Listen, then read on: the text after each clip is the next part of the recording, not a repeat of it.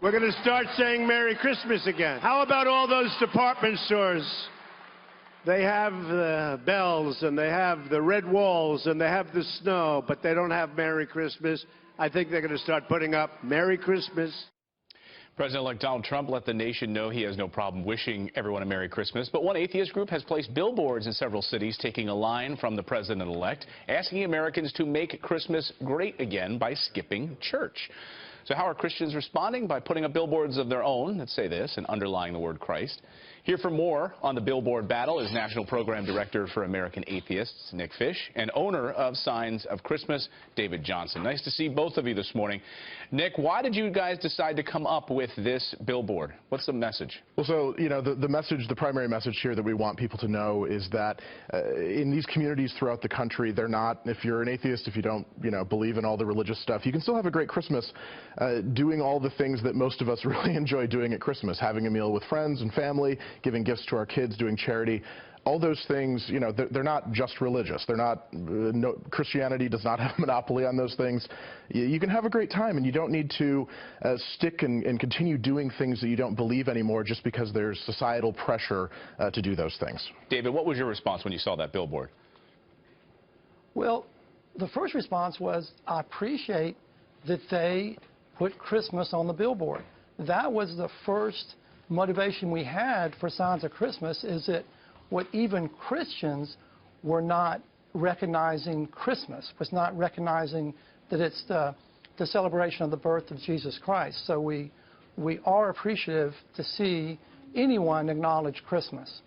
And the second thing that I wanted to say was that without the atheists, I wouldn't be on Fox News right now. So I appreciate the opportunity to get on Fox News and promote Signs of Christmas and to actually show respect for people of any belief. Yeah, and those were some of your billboards we were just showing there that had the word Christ underlined. Nick, your response to that?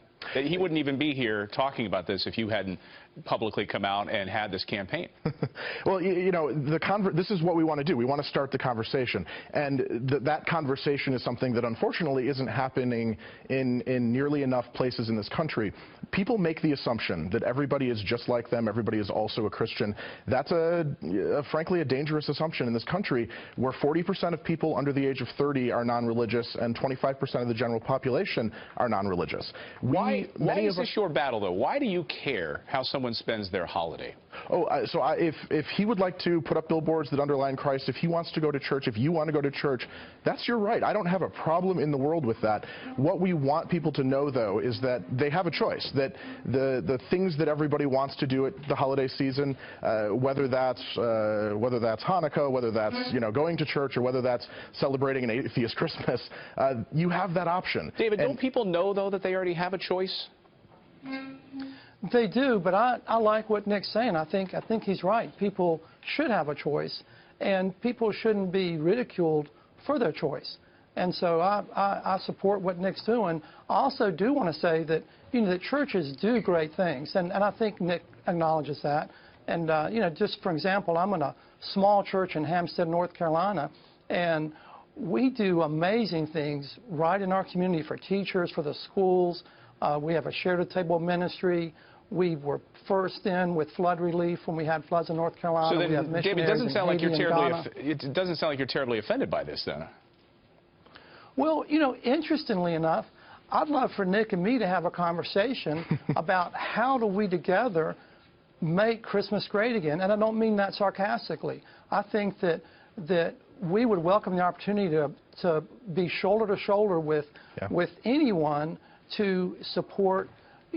Let's figure out how we can house the homeless, how we can feed the hungry. And the one thing I want to add on so much of this, doing charitable works are great, and it's something that many of us do.